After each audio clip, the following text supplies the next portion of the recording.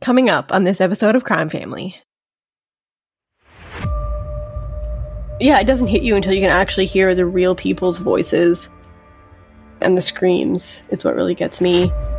After Jim told them that he had poisoned them all, nobody got up and yelled at Jim, no one tried to get help. They all just kind of sat there and waited to die. Jim told them directly that they were never getting out of there alive. And it's kind of crazy when you think about it, because a lot of these people just kind of stood in line waiting for their cup of Kool-Aid that they knew was going to kill them. The outcome of his cult resulted in the most deaths at the hands of a single person in modern history. And just to be warned, it's distressful in some parts. That's creepy. That was so creepy. It was so creepy.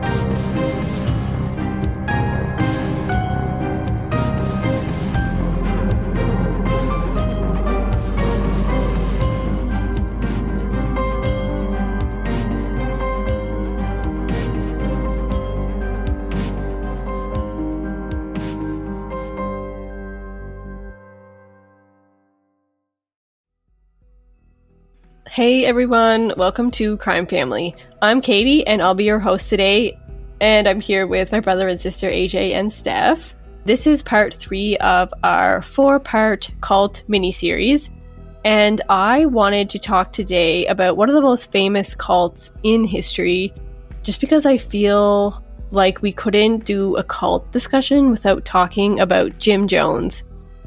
So what do you guys know about Jim Jones off the top of your head, or what comes to mind first when you hear the name Jim Jones? Usually when I think of cults, it's one of the first one that pops into my mind. Like, I definitely know a bit about it and I know how important it is in the discussion of cults, but I wouldn't know like the nitty-gritty details or anything. So there's probably going to be a lot of stuff you talk about or touch on that I'll be hearing for the first time. So I'm excited for that. When I think of cults, that's the first one I think of. I mean, I don't know everything about it, so maybe I'll learn something new today. When I think about Jim Jones, especially after doing some of this research, some of the words that come to mind are he's very smart, he's driven, he was charismatic, he was a leader, delusional, he was evil, and he was a mass murderer. So to this day, aside from wars and terrorist attacks, the outcome of his cult resulted in the most deaths at the hands of a single person in modern history. So that's huge. So a little bit about Jim Jones. He was born James Warren Jones, and his parents were Jeanette and James. He was born on May 13th, 1931 in Crete, Indiana. And his family didn't have a lot of money when he was born, even though they did work hard. His father, John, had a lung condition which made him very ill. It made it hard for him to work. He was a disabled World War I veteran who was exposed to chemical weapons, and that resulted in chronic lung issues. When the couple lost their farm due to financial trouble, they moved closer to town, but they were very much seen as outsiders in the small town of Lynn, Indiana. And for the most part, Jim Jones had a very lonely childhood. He was an only child and his mom worked a lot, but she really wasn't very interested in him, and his father was too ill to really spend any real time with him. And so he didn't have the nurtured upbringing that children should have. When he was young, he met a lady named Myrtle Kennedy, who was very religious, and she kind of took him under her wing and she took him to her church. Myrtle was known in the community for trying to recruit people to her church by promising them prosperity in the next life. And so this is probably where that seed was planted for Jim about deep religious values and the afterlife ideologies. And that's kind of where he found his community. He felt like he finally fit in the church community. So even as he grew up, Jim was still a bit of an outsider. He was fascinated with death. He always dressed very formal. While other kids were dressing in jeans and t-shirts, he always had on suits almost. And he was very disapproving of the other kids when they would drink and smoke and dance. And he always had a Bible on him. And so, I mean, it's not something that really stands out as sinister or way out there. He was just very much trying very hard to follow the rules and be accepted by whoever, God, I guess, society, authority. When he moved to Richmond after his parents got divorced, he got a job at a hospital as an orderly, and he met a woman named Marceline, or Marcy, and they got married. So I guess one thing that you can commend Jim Jones for was that he was very much against racial segregation when much of the people in his life at the time were not. So this was like the 60s, and there was still segregation happening, and there were still separate facilities designated for Black people and white people. And the church that him and his wife attended, they did not allow Black people. And they were very much disapproving of interracial marriage. And even though Jim was not married to a Black woman, he was very much, against being against that. And he eventually joined a church where he was the only white person in attendance, and he loved the singing and the dancing that took place at these churches much more than the boring ceremonies that he was used to.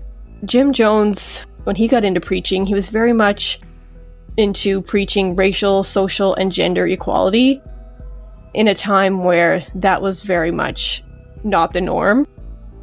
And later down the road, Jim even eventually adopted children of various races, and he called themselves the Rainbow Family. And one of his sons, named Stephen Jones, says that he himself didn't like the term Rainbow Family, and he had a suspicion that all of Jim's adoptions were mostly for show, to kind of emphasize that he was a good person and to continue to gain attention. And it was very much to kind of show his acceptance of everyone and show that he was such a loving person to the outside world. And Stephen says that his father's thirst for attention got worse and worse over the years, and the more he got attention, the more he needed it. And so kind of having this rainbow family was one way that he got that attention. So Jim started attending revival meetings where preachers could preach however they wanted, and they had lots of freedom to kind of tell the gospel in their own way. And he also noticed that the most popular preachers made the most money. And so that was kind of very alluring for him. He wanted to get into this kind of work. And so to prepare for that, he would go around to smaller meetings around his community. He would talk to people, and he would memorize their faces and memorize their ailments. And he had kind of a photographic memory, so he had that advantage so he could remember people. And he was figuring out what worked and what didn't work when he was trying to build a name for himself as a preacher and a healer. So he was able to go up on stage and he was able to remember and just call out people by name and remember their ailments. And so people watching would think that the Lord was just telling him all this information because he knew the stuff about these people that they thought were just randomly being called out from the audience. And he happened to know all their conditions and he knew their names because he could remember all that kind of stuff. And so he decided to get into healing rituals. And do you guys know what I mean when I say healing rituals? Like, what comes to your mind when I say that? I remember, I used to watch these commercials of these church things, infomercials that used to come on TV, and about, these preachers would be on stage, and these people would come up, and, they had, a disease or whatever, and he would do something, and, the disease would go away or something like that. That's what I think of when I think of healing. These kind of, I don't know, to me, the ridiculous things that you would see on, TV or a church program or something. When I hear it, I think more I don't know, I always think of a shaman or something, or some faith healer person, healing somebody in a crowd of people or something. That's just the first thing that came to my mind, but I'm sure I'm way off. Yeah, well, it's funny that you say that, Steph, because when I was looking into this, that's what I pictured too, and for some reason I do remember watching whatever channel it was on, but it was sort of this healer on TV, and it was super weird because he would be up there on stage, and then there'd be this old, poor, sick woman come up. The healer would basically shove her down to the ground, and then she would stand up and she'd be healed. So it was that kind of thing, and this would happen just to be very aggressive. But I remember even thinking back then, like, this is a little bit ridiculous. Were they like reenactments? So they were like live, like real people doing it?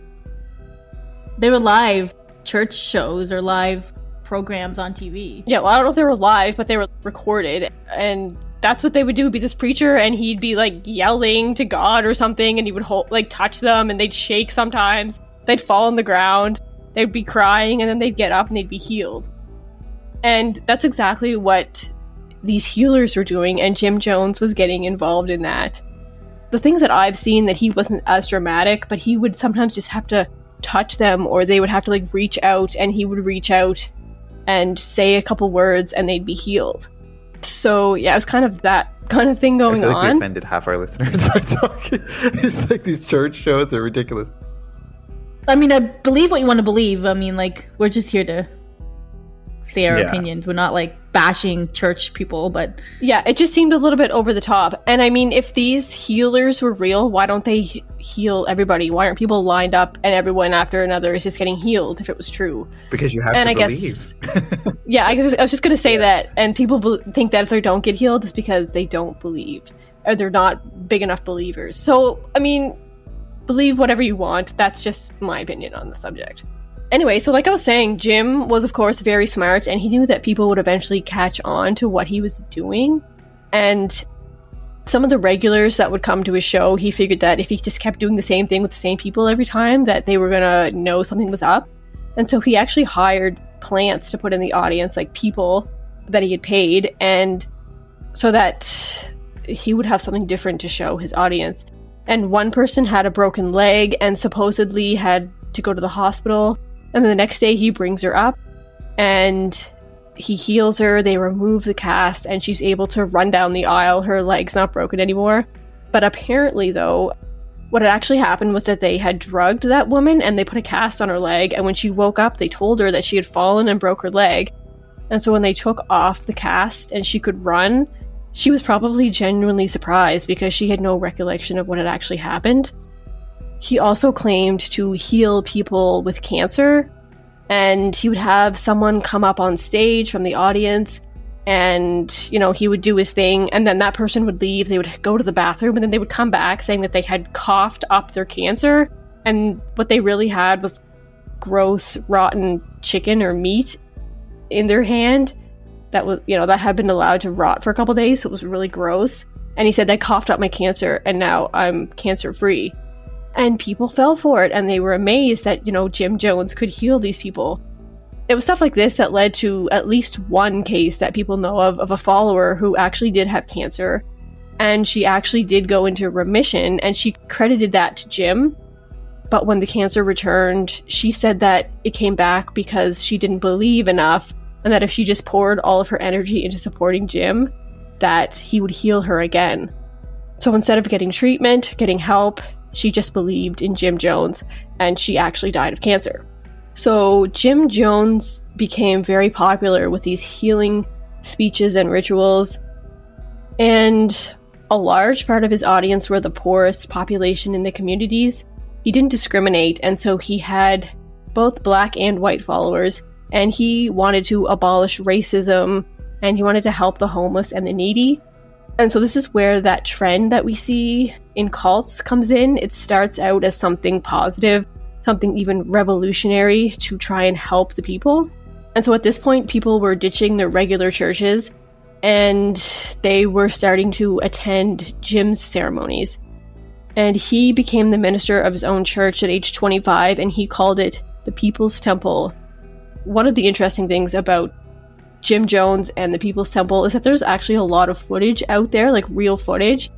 He did a lot of recordings, tape recordings, and there's lots of video from the media and videos from other people out there in the cult. There's lots of real footage when you watch documentaries that's kind of alarming. There's video of him, he's almost treated like a rock star in these churches. Someone would announce, here's Reverend Jim Jones, and then hundreds of people would be clapping and cheering as he walked down the aisle. So it was that kind of thing, and he just loved the power. So Jim quickly realized that he was not going to get the notoriety that he wanted by staying in Indianapolis, and so he decided to move to California. But he didn't just go on his own. He convinced 140 people from his church to get up and move with him. And so in 1965, this big group headed to Redwood Valley, California. And he recruits hundreds more people in California. And this is where he starts to move away from his religious teaching and starts to move into teachings about socialism. The definition from the Oxford Dictionary is, quote, a social organization which advocates that the means of production, distribution, and exchange should be owned or regulated by the community as a whole, end quote. It's very similar to what you would probably see in a commune, I'm guessing, and it's like a step in the direction of communism. So basically, just everyone would be the same, have the same, and no one would be better off than anyone else. And this is kind of the ideal society for a lot of people. Like in the Children of God cult, like didn't the leader of that one studied socialism, right? Yeah. Mm-hmm. So it's similar. It is, yeah. There's a lot of similar things happening, I think, between the two of them. And yeah, so in California, he does have the means to create almost a little commune type setup. And with that comes the expectation that the members of his church, the People's Temple, will give up everything to be a part of his community. And he has many of his followers working hard constantly, and he even says, quote, if you keep them poor, keep them tired, they'll never leave, end quote. And he started to disapprove of family relationships, and he would separate kids from their parents, and then would ask that everyone call him father, and that they would call his wife Marcy mother. So yeah, very Children of God vibes happening. Jim had this facade that he was a family man, which wasn't true because he started having relationships with multiple women while he was married. And yeah, so obviously Jim needs more money as his following increases. And so in 1972, he gets a bunch of Greyhound buses and just goes into the cities recruiting people and literally picks up people in these buses and takes them back with him. He says, quote, just get on my bus and I'll take you to the promised land, end quote. And that's how he recruits a lot of people. And these people would donate money to help the cause, but of course he accepted everyone. So even people that didn't have anything to give were welcome as well. And so, of course, all the while he is lying to everyone. He disapproves of sex because he says that everyone should just be using all of their energy for helping the greater good. Yet, like I said, he has multiple mistresses. He wears sunglasses all the time because he took amphetamines and other drugs constantly, and so his eyes were always red and puffy. But he says he wore them because it was dangerous for people to look directly in his eyes because it would burn them because he had so much power from the Holy Spirit within him or something crazy like that. And yeah, of course, and there were all these fake healing rituals he had going on. And he also had a church newsletter that he used to spread propaganda to all of his followers to make them weary of outside authorities. And so people became paranoid and scared with everything that he was preaching. And to kind of further his point that he is kind of a prophet, all of a sudden, while everyone's out one afternoon eating a meal, there are gunshots and he ends up bleeding. But then later in the day, he has no wounds, he has no blood, and he's told everyone that he's healed himself. And people believed it, and they accepted that he was kind of greater than human. And then they were on the move again, and again the temple moved to San Francisco, which was a big city, in 1972 to gather more people. And so it really is like this traveling commune. It took him, but he's taking all of the people with him. So all these people are following him around. That kind of shows their devotion to him. So as we discussed in previous episodes, things always, they get worse and worse in a cult. Things typically start out very idyllic, and people are happy, thinking that they are doing something good. And the People's Temple is no exception. Things slowly start to get worse. And Jim Jones had a very severe way of disciplining people. If people disobeyed or broke the rules or talked back to him, they would get severe beatings and even whippings. For entertainment, Jim orchestrated boxing matches that were not fairly matched, and one opponent would be expected to just kind of stand there and take the beating from another person. And Jim enjoyed watching people get beaten. think this really shows how disturbed Jim really was. He would laugh as people did what he told them and allowed themselves just to get beat up, basically. And also, he would make people sign things like murder plans and confessions, or even blank pieces of paper, so that if anyone tried to leave, he would kind of have this thing to blackmail them into staying, because he basically has a confession that they signed. And if people did want to leave, he took it very personal, and he made it difficult for people to leave. He threatened people's lives, saying that they'd be tracked down and killed if they ever left. So the few people that actually did get away, they were never just, yeah, sure, like, see you later. It was very much, we're going to chase you down, and people were scared when they did leave, scared for their life. He had a group of his closest followers, and one day he sat them all down and he gave them all some wine to drink. And after they all drank it, he said that they had all been poisoned and they had an hour to live. And one of the members who lived through all of this, his name was Tim Carter, he recalls that after Jim told him that he had poisoned them all, nobody got up and yelled at Jim, no one tried to get help. They all just kind of sat there and waited to die until he told them that, oh, that was just a test to see how they would handle death. And Tim says that he kind of rationalized this as Jim teaching them about their own morality. And that's why it didn't kind of click in for him that something was wrong, very wrong with Jim, and that he needed to get out of there. It was kind of, oh, this is just another kind of weird teaching from Jim. That should have been a red flag right there, but however, it was not. Jim Jones knows that his time is running out where he can continue to get away with all of these messed up things that he's doing. And he feels like he needs a place away from modern society, away from authorities, and where he can achieve even greater power over the people. And some people that had actually escaped were starting to talk to the media, and Jim was starting to get a little bit scared and paranoid. He had a little bit of political clout at the time in some areas, and so he knew if all this came out about what was going on, that it would make him look really bad, and that his followers would maybe stop believing in him. And so at this point, this is where I think when a lot of people think about Jim Jones and the People's Temple, they also think of Jonestown. And this is where Jim Jones makes the move to Guyana, South America in 1973. So it's basically like in the middle of the jungle, and he sends a few of his people, sends a crew over early to kind of clear cut a patch of the jungle and build a little commune, build some houses. They build like a little school and just anything that you need for a basic community. And that's how Jonestown was established, right in the middle of this jungle. And it was surrounded by 160 miles of jungle. There was no really workable roads. You either had to fly to get there or take a 19-hour boat ride along the river to get into Georgetown, which was the capital of Guyana and the biggest city around. And so very, very isolated from everything and everyone. He convinced a lot of his people to follow him out there, and he was recruiting people all along, and by the end of it, he had over 900 people that agreed to leave everything behind and start over in this very basic community that he had built.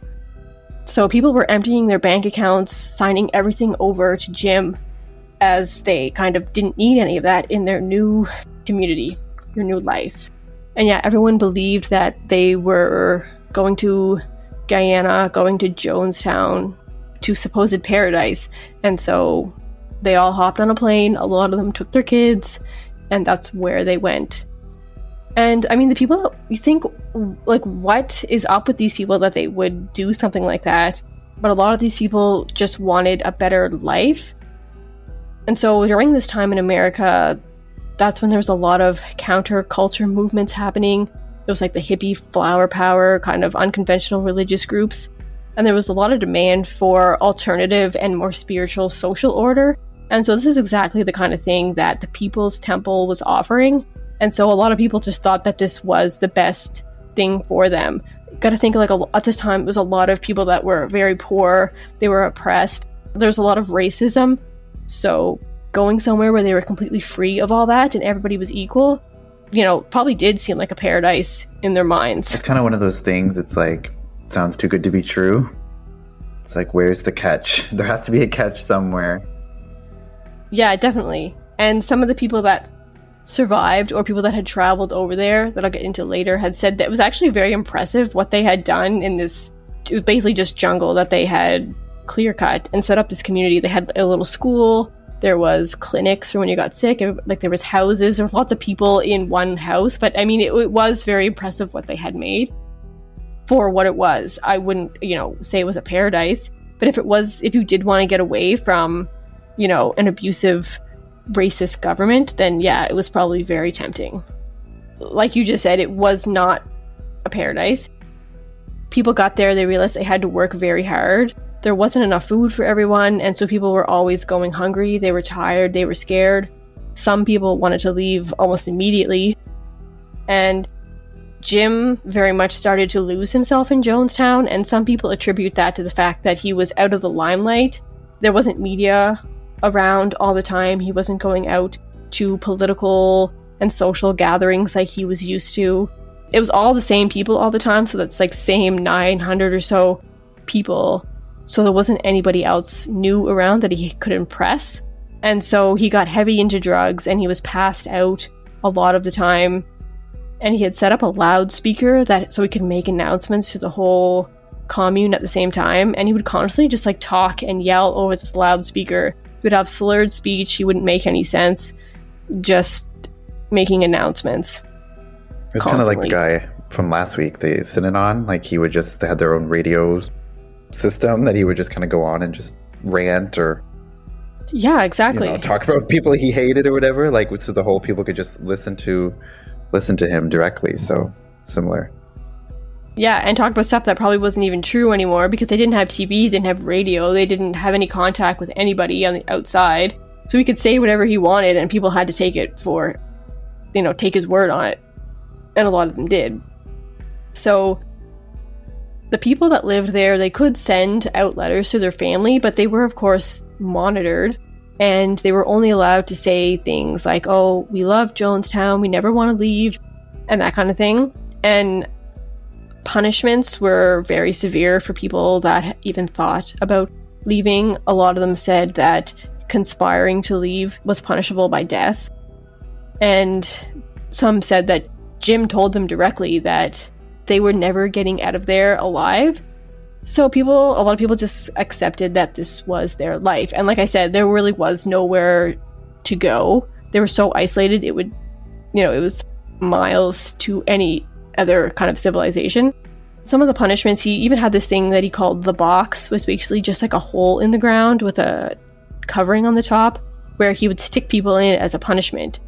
So that's terrifying. Just think you're in this little hole with the top for hours, overnight, all day, however he felt was necessary. And yes, like I was saying before, even if people did want to leave, like they had no passport as well. So if they did get anywhere, they had no way to prove who they were. They didn't have any documentation to travel. So they were very much stuck there. But how did they get there in the first place? Because they moved all to this other country, right? Yeah, so some of them didn't have passports, but Jim and his crew arranged for everyone to have a legal passport so that they could all legally leave, and then they just got their passports taken away once they got there. It wasn't like a weird thing that all these people had traveled without a passport, because they all did have one at one point, but they weren't allowed to keep it. Back in San Francisco, family members and ex-members of the cult, they formed a coalition of concerned relatives. That's what they called themselves. And these were the people that had attempted to contact their family members in Jonestown, but they weren't getting any response, or they felt that the response that they were getting was just very coerced, or, something was not right. And a woman named Grace had escaped, but she had made the decision to leave her son there because there was no way that she could get out with him. And her son was now in Jonestown, and she was trying to get custody of him. And there was an arrest warrant out for Jim by the Guyanese government. And Jim used this kind of to tell his followers that the government was out coming for their children. And so he had prepared them all to fight back. And they were ready for days. They would all stand guard with weapons, any weapons that they could find, like shovels and rakes, and some of them had guns. The guards had guns. And they were all just kind of standing for 6 days straight, waiting for anyone that tried to come and take their kids away, when really it was just about this one custody battle for this one woman's son who she actually never got back. And somehow he eventually convinces the government or the authorities to drop his arrest order, and so that's that. Any thoughts at this point so far? It's crazy how, like, when you think of the cult that AJ did last week and the one I did the week before that, I just find it so crazy how they're so similar and how they recruit people and how people can just follow their lead. And I don't know, I just find it so... When you were so describing crazy. the part where he would just basically go and be like, come with me in this van, and it's like, it was similar to mine last week too, when like they approached that woman on the beach and she ended up voluntarily just going with them on a trip to Northern California. Like, it's so weird to think how similar so many of the tactics are between all these cults. And also the part where you mentioned that he told them all that he had poisoned them and they had an hour to live and they were just basically fine with it, or they didn't freak out, they didn't do anything. Just like, to me, that's so crazy. It's just total mind control. It's like, I don't know, to get to the point where somebody could tell you that and you would just not hate them or not call the police, or you know what I mean? Like, to be so content is very bizarre. Yeah, it's crazy. Like, what were they thinking in that moment? That, because for me, if you ever got out of that situation thinking that you're going to die, you wouldn't put yourself in that situation again. So, and of course it's easy for me to say this, us looking back, but if someone ever did that to me, I'd be out of there. I wouldn't be around them to allow them to kind of do that kind of thing again, but that's just not where their head was at. And they took it as just a lesson, I guess, that he was teaching. And also I think too, like, yeah, we've said it before in other episodes, and like, we obviously have, none of us have been in a cult, and I think it's weird. I'm sure those people in other situations that when they weren't around him or they weren't under his influence would have pieced out and gone the other way if somebody told them that, you know what I mean? Like, one and done. But I also wonder too, sometimes if it's like, if it's about the specific person, like I wonder if those same people could follow another leader, or if it was something about him specifically that drew them to him, or if it was just, you know, any of these cult leaders could go up to them and it would have the same effect on them. Like, I wonder if it's the people or it's that particular person at that particular time in their life or whatever, you know, and they kind of exploit it. I would be curious to sort of know that. A lot of the cult leaders have kind of the same characteristics where they're very charismatic, they're very, you know, delusional to the point where they can convince people that they're a prophet, and they're always very religious. And so, but there probably is something about the certain people that they do end up following, and especially for Jim Jones, I think, because just of what he said he was standing for to kind of get rid of racism and things like that, that was kind of very important to people. But I mean, I feel like a lot of people, anyone could have come up to them with similar values and they'd be like, yeah, let's go. And I think that's kind of sad to think that these people, their lives were so bad and they were treated by society so rough that anything was kind of better than their lives now. And I mean, some of them in Jonestown kind of, this is better. I think at least some of them thought that Jonestown was better than the life that they were living in America. So that is kind of another really sad aspect of it. Yeah, and also I think too, it could be kind of speak to, you know, us saying like we've never been in that situation. So I guess maybe it's, you know, it's a privilege for us to not have had such horrible experiences that seems enticing, you know? Whereas some of these people, it's like, all this stuff you're describing in this cult sounds horrible. And obviously, I guess they didn't know the extent of it when they joined it, but the little bits that they did know still seemed better than their current life situation. Yeah, so I mean, we can sit here and talk about it. In reality, I mean, we've never been oppressed. We've never been a victim of racism or lived in poverty or had chronic pain or terminal illness. And so I think if you're in those situations and there's a little spark of hope somewhere, you are going to grab onto that if there's nothing else that you think can help you. And so when you're in that desperate situation, you're much more vulnerable. And of course, people like Jim Jones know that, and that's why they prey on these kind of people. They might be more willing to overlook some of the red flags that come up, where it's like, it sounds so perfect and they hear what they want to hear. So the sort of red flags that any other person might be like, might scare them off, whereas these people that he's sort of recruiting kind of overlook that. Yeah, exactly. It's either I take a chance with something that could be better, or I stay in this miserable situation. So you can kind of see why it would be enticing. And yeah, so that's really tragic. Okay, so yeah, back to what I was saying, that the Coalition for Concerned Relatives, they got a congressman named Leo Ryan involved, and he was known for going out and investigating these kinds of situations, trying to expose injustices and kind of like humanitarian efforts. And so he decided to take a trip to Jonestown because the people in this group, the concerned relatives, were saying that their family members were being held against their will. They wanted to leave, but they couldn't. And so Congressman Ryan went out there and visited the People's Temple. Him and a group of the concerned relatives, and even some of the people that had left the cult, had decided to go on this trip with him out to Jonestown. And I think a lot of them were going out there to try and convince their relatives to come back with them. And Congressman Ryan was saying that anyone that wanted to come back was welcome to come back with him. So it was kind of like a rescue mission as well. So of course they told Jim Jones that they were coming out to visit, and he refused at first.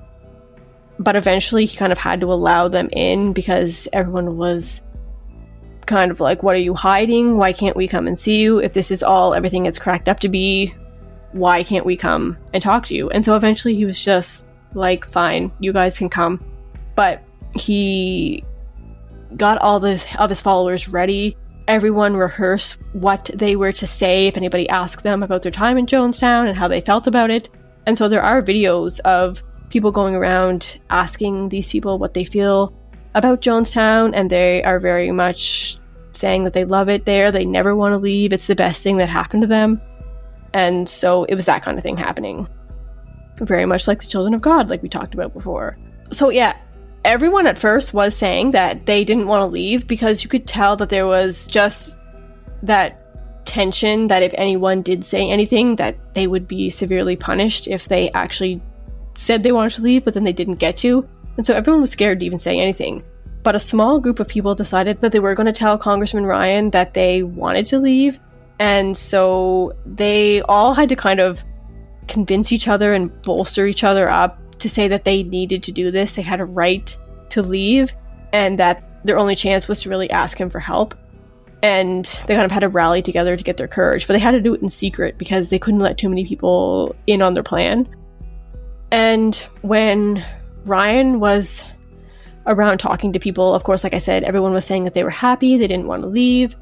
And they're having a party that night for Ryan and all of the people that had come with him, just to kind of show him how happy it was and what a great place it was to live. They were dancing and they were singing, and there was a live show, there was music, lots of food, so it looked like everyone was having a good time. And so that group had made a plan that a member named Vernon Gosney was going to hand the congressman a note saying that he wanted his help to help him get out of here, and he had listed a few other names as well. But he had to do it in secret so that, of course, Jim wasn't aware. Like, Congressman Ryan had come with members of the press, there was people from NBC News, he had come with other people, his assistant Jackie, and so he wasn't sure who Ryan even was. But he ended up passing the note to the wrong person, but it was a member of the crew that, of course, was going to help him anyway. But when he tried to pass it to him, the note fell to the floor, and a little kid sees it, and he calls him out. And he's like, he's passing notes, because that's obviously, you're not allowed to do that. But Ryan had, because being a congressman, he was very confident that he's untouchable, because in most cases, you can't kill a congressman. So he was very much, nothing's going to happen to you while you're with me. You're safe. And so he didn't feel as scared as he should have. Like, he even told out in the open that he had gotten a note from people saying that they wanted to leave. And he agreed that anyone that wanted to leave was coming with him. So this is when they kind of realized that it was true that people were being held against their will, and that they were scared to admit that they wanted to leave. And so once that small group of people said they wanted to leave, more people did start to come forward, and there was a group of about like 15 people eventually that said they wanted to get out of there.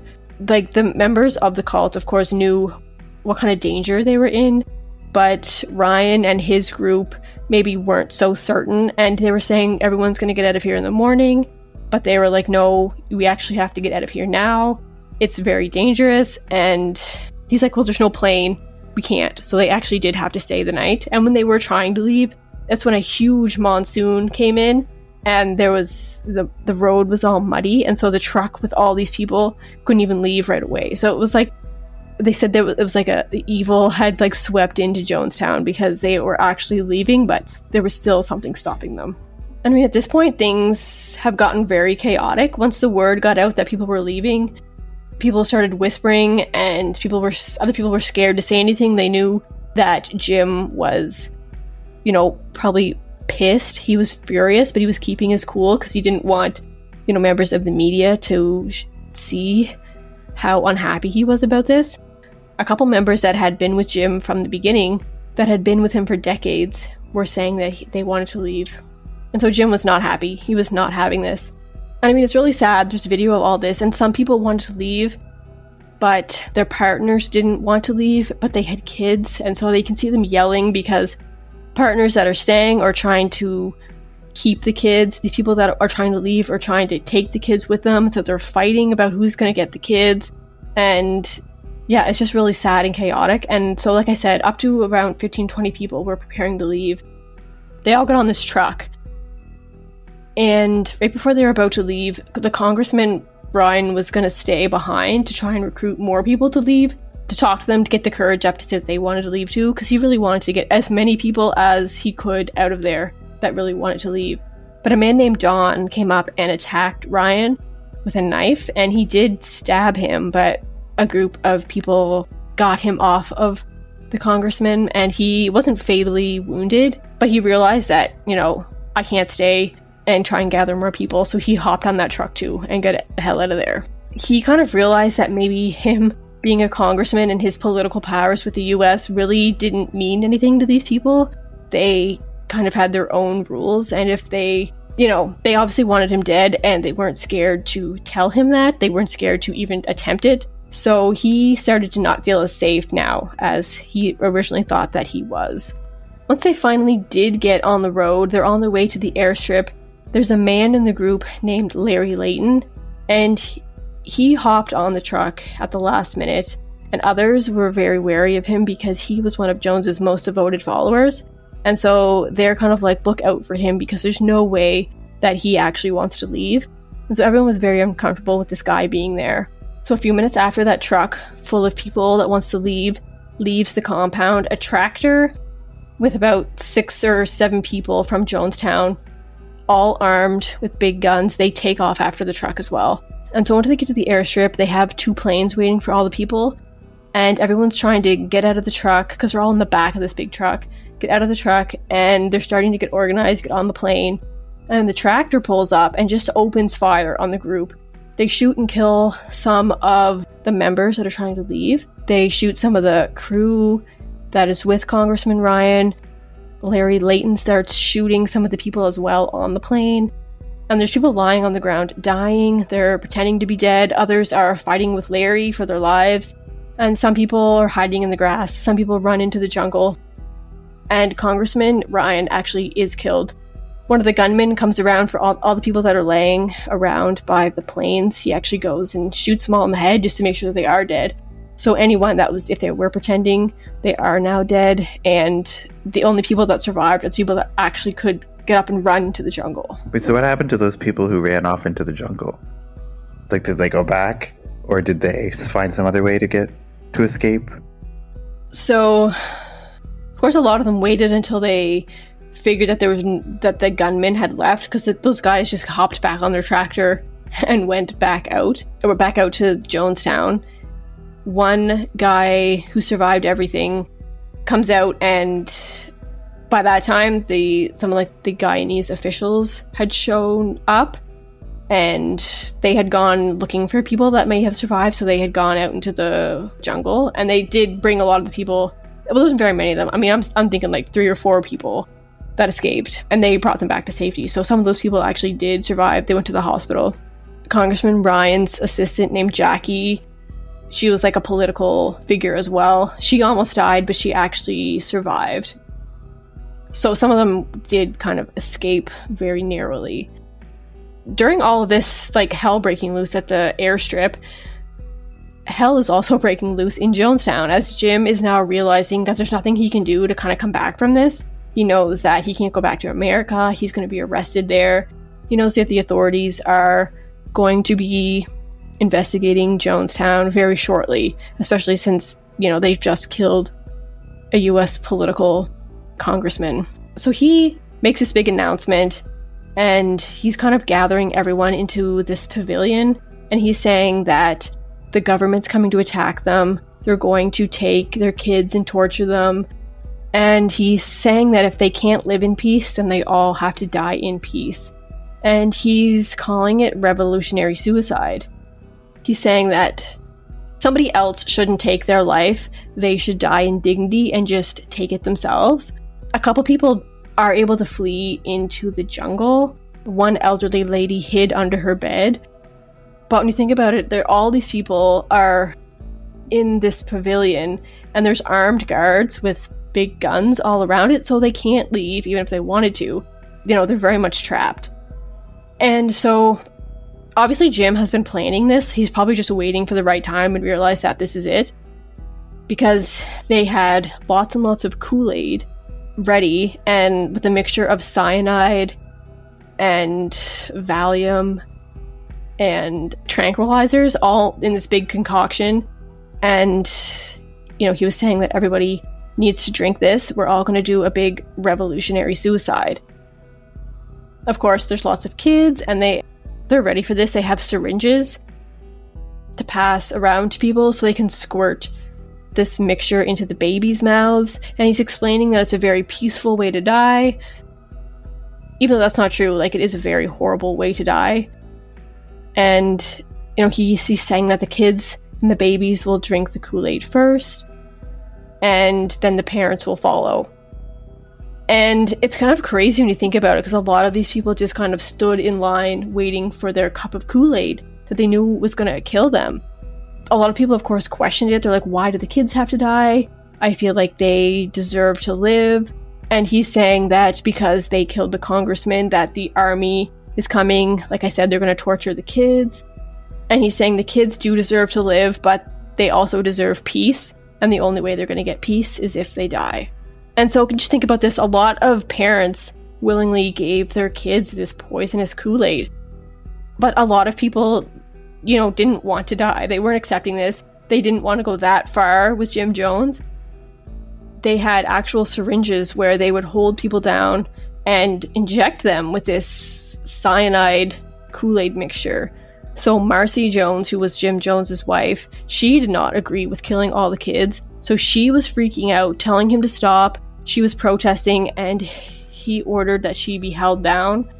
And she was held down until all of the kids were dead, so she couldn't save any of them. It's reported that after the last child died, she just went and got her cup and drank it and killed herself. So, I mean, just think about this whole situation. When you look at, like, they have videos in the documentaries and pictures of the people just lined up. So just think about this. This is like over 900 people, around 300 kids, all just dead, laid out around this compound. A lot of them got sedatives and tranquilizers, so they probably just very calmly laid down, because a lot of them, they're all like face down, just like in rows. And some of them are like holding hands, they're hugging each other. And so it was very much like accepting that this is what's happening right now. And it doesn't happen very quickly. What cyanide does, it slowly suffocates you. It prevents the blood from absorbing oxygen, so you basically suffocate from the inside. And it's not instant. It happens like over minutes, like up to 10 minutes even. So it's a very scary, painful way to die. So one of the survivors named Tim describes the scene that day, and he's saying that people and kids are screaming. Some are screaming because they're scared. Some are screaming because they're in pain and dying. And, he can't get that image and that sound out of his head. Throughout all of this, Jim Jones is recording and he's talking to his followers. And that last tape that he makes is about 45 minutes long, and it's called The Death Tape. And you can get copies of that. You can listen to it on YouTube. I'm actually going to send you guys the link to listen to it's a little short clip. And yeah, so this death tape was recording for 45 minutes, and it was Jim Jones talking to the people, convincing them to drink the Kool-Aid. You can hear kids screaming in the background. Some people are talking and they're thanking Father for the opportunity and that they're proud to die with all of them. And in the beginning, it's very loud. You can hear people talking and screaming, and there's just chatter. But then as it gets closer to the end, at the very end, it's completely silent. Just like this ominous music playing, and there's nobody talking, nobody screaming or anything. So it's very, very, like, disturbing. Okay, yeah, I'm just going to play a little clip from this 45-minute death tape, they call it. And just to be warned, like, it's distressful in some parts. Not sure I want to hear this. So be patient, be patient. Death is, I tell you, I don't care how many screams you hear, I don't care how many anguished cries. Death is a million times preferable to 10 more days of this life. If you knew what was ahead of you, you'd be glad to be stepping over tonight. Death is common to people. And the Eskimos, they take death in their stride. Let's be dignified. If you quit telling them they're dying, if you adults would stop some of this nonsense, adults, I call on you to stop this nonsense. I call on you to quit exciting your children when all they're doing is going to quiet rest. I call on you to stop this now. If you have any respect at all, are we black, proud, and socialist, or what are we? Now stop this nonsense. Don't carry this on anymore. You're exciting your children. All over, and it's good. No sorrow that it's all over. I'm glad it's over. Hurry, my children, hurry. All I say, does not fall into the hands of the enemy. Hurry, my children. Hurry. The seniors out here that I'm concerned about. Hurry. I don't want to leave my seniors to this mess.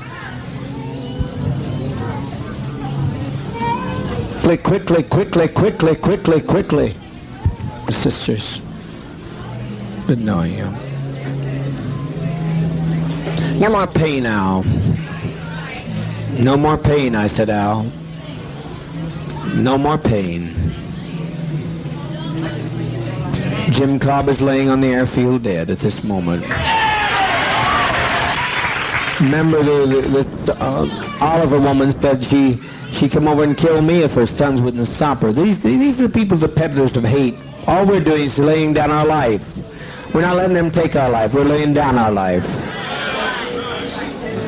We're seeking their lives. We just want peace. All I'd like to say is that my so-called parents was filled with so much hate.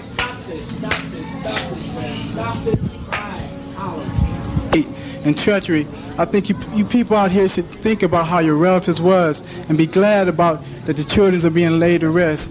And all I like to say is I thank Dad for making me strong to stand with it all and make me ready for it. Thank you. Talking to them, all they're doing is taking a drink to go to sleep. That's what death is, sleep. I'm tired of it all. Loving thing he could have ever done. The most loving thing all of us could have done. And it's been a pleasure walking with all of you in this revolutionary struggle. No other way I would rather go and give my life for socialism, communism. And I thank Dad very, very much.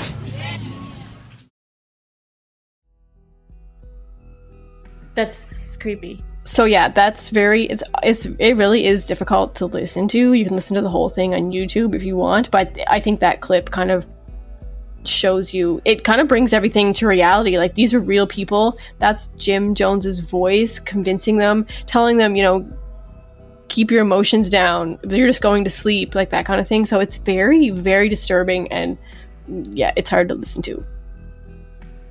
That was so creepy. Just so creepy. the way he's talking, it sounds very much, I'm not equating the two things, but it sounds very much like it's a church service. Like he's talking like a pastor talks to like the church, right? Like just the way that you see like those evangelicals on TV, like that's kind of the way he's talking. And you can the fact that you can hear the children in the background crying, it's so eerie. And then the music playing at the end like that. I had no idea this tape existed of this. I didn't know there was like actual footage of this happening. That's what I can't get out of my mind right now, is all I could hear in the children in the background. I wasn't really listening to him talking. I was like, all I could hear was the children in the background, and then him saying, keep the children quiet or something like that. Like, tell them to go quicker. Yeah, like, it's so crazy. It's like, we're not letting them take our lives. We're laying down our lives. Like, it's so weird. And who is that woman talking? Like that woman who comes in and just starts preaching to everyone too at some point? Yeah, I think it's just a lot of the followers. It's kind of like their last word that they want to say, that they're thankful to Father. It is very disturbing. It's very sad. And yeah, like the way he talks. Thankful for what? That he... For killing us? They think I think he's it doing was them like... a favor, don't they? Like they think that he's saving them from this horrible fate of these people who are going to come and kill all their children or something. Yeah, and it's like the revolution that he started with this new, like the Jonestown whole thing, they're thankful for that, and that they're all going to die together in this revolutionary suicide. We'll never know the actual numbers at who committed suicide willingly and who was kind of forced and murdered, because a lot of them did get injected against their will. And so it's just terrifying to think of, especially when you listen to that, you know, like you can actually, like the reality of it comes, you know, flooding into your brain. We'll link the full thing in the show notes for anyone who wants to hear the full 45 minutes. And yeah, so like I said, over 900 people, I think the exact number is 918 people, including 300 kids, drank the cyanide Kool-Aid that day, November 18th, 1978, and all of them died. When authorities found them, they were all lined up, scattered around the pavilion. A lot were holding hands or embracing each other, so just a horrific scene. And one thing to note, Jim Jones, likely seeing how awful it actually was to die that way, he died of a bullet to the brain, and people are even saying that he didn't even shoot himself. He had to get somebody else to do it for him. So... Coward, basically. Yeah. Oh yeah, definitely. At least he went down with the ship with everybody, but I mean, you know, he couldn't bear to go the way that he forced them to. So that's very disturbing as well. Even today when you hear, I don't know if you guys hear the term, like, don't drink the Kool-Aid, where it's like people are saying, you know, don't follow the crowd, don't listen to the leader. That's where that came from, is this Jim Jones massacre. And so, yeah, that's the story of Jim Jones. I remember at the beginning of this, I said I might learn something new, and I definitely did. I didn't know there was like actual real-life recording of, not just of him, but of the actual moment when he's killing all these people, or they're killing themselves, and also the fact that it's 45 minutes long, and it's crazy. And also, like, I guess in a way, like, I mean, even though it's horrific that it's on tape, like, in a way, maybe it's good that it was recorded, because maybe people would never really understand how horrifying or horrible it was. I mean, I guess just saying it, you can get that sense, but you don't really quite understand. Like, I don't know. I feel like when you were talking about it, like, yeah, it was one thing, but to actually hear it for yourself makes it all the more real. Yeah, it doesn't hit you until you can actually hear the real people's voices and the screams. It's what really gets me. Yeah, I only got like 2 minutes into that section when you told us to listen to it, and I couldn't listen to it anymore. I don't know how anybody could sit there for 45 minutes and listen to that. I don't know. I might. I'm very intrigued. But I am too, but I couldn't listen to more than 2 minutes of it. I don't think I could make it 45 minutes, but I am intrigued to see how it's like the whole thing. Yeah, it's disturbing. And like I said, there is lots of actual footage of Jim Jones and their followers out in Jonestown, and even before that, in like when he's preaching. There's lots of recordings out there, so if you ever want to go like a deep dive into Jim Jones, then it's all out there, and it's very disturbing. So something else I learned was for some reason I thought the Jonestown cult was like way longer ago. Like, I thought it was like the 1800s or like the early 1900s. I didn't know it was like the 60s and 70s, because I always thought it was sort of regarded as one of like the first cults, but I feel like the Charles Manson stuff was before this, because that was like the 60s, I feel. So like this happened in 78, like they all killed themselves and like that tape and stuff.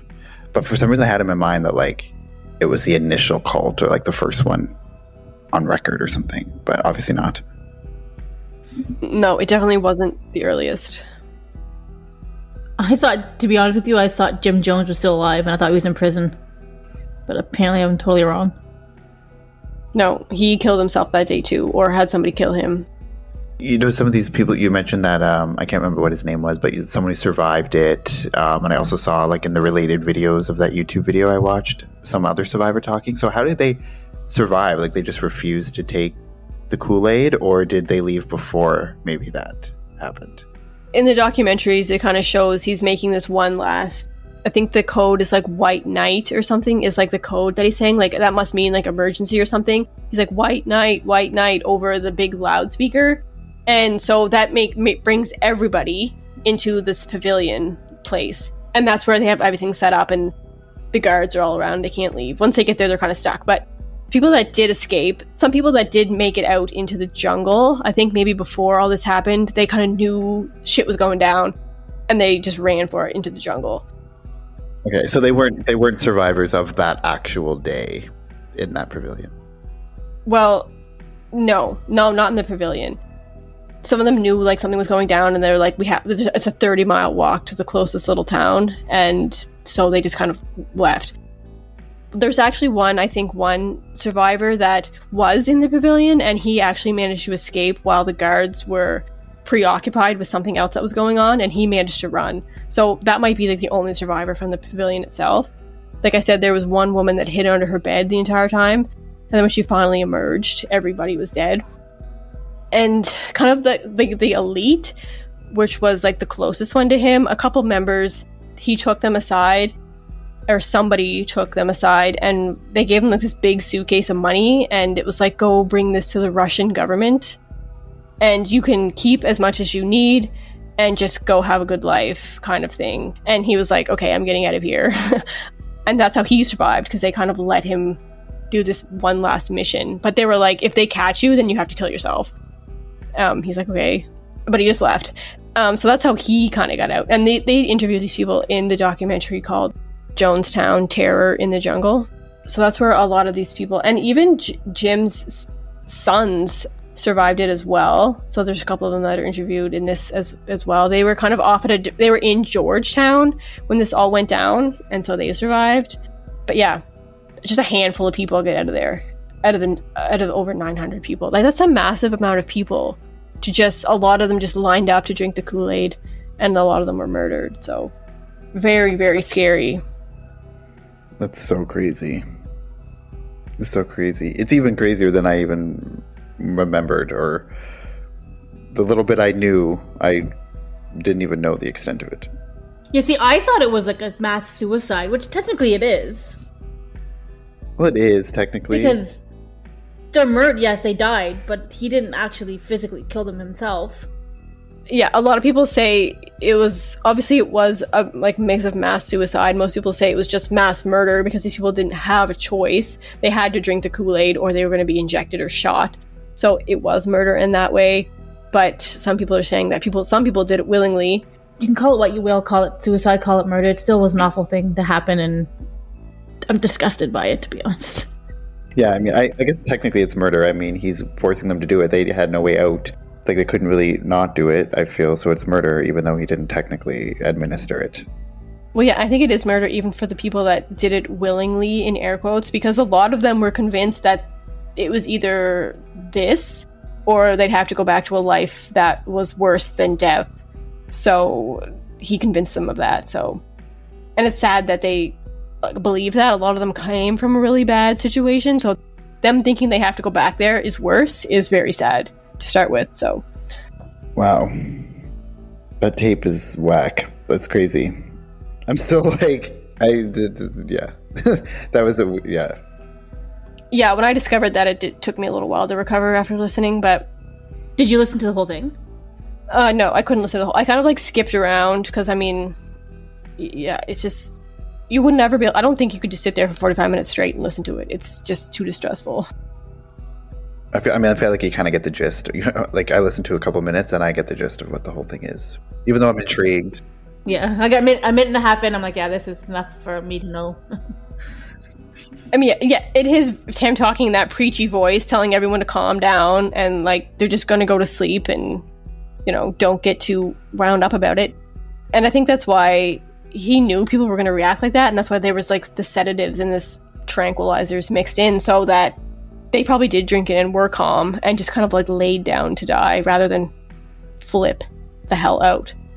Very disturbing, very sad, but it is an iconic cult that you kind of have to talk about if you're going to discuss cults. Like the ultimate deadly cult to this day. So I hope one never tops it, because I mean that's bad as it is, so let's just leave it like that's the worst cult. Wow. Yeah. So that's it for this episode. Join us next week for part 4 of our cult miniseries. This will be our final episode of the miniseries, and we'll see you next week. You can find us on all the social medias, on Facebook at Crime Family Podcast, Instagram at Crime Family Podcast, Twitter at Crime Family Pod 1, and you can email us, crimefamilypodcast@gmail.com, and check out our website, crimefamilypodcast.ca. You can even leave us a voicemail if you want to hear your voice on the podcast, perhaps. So, see you next time. Bye, everyone. Bye. Bye.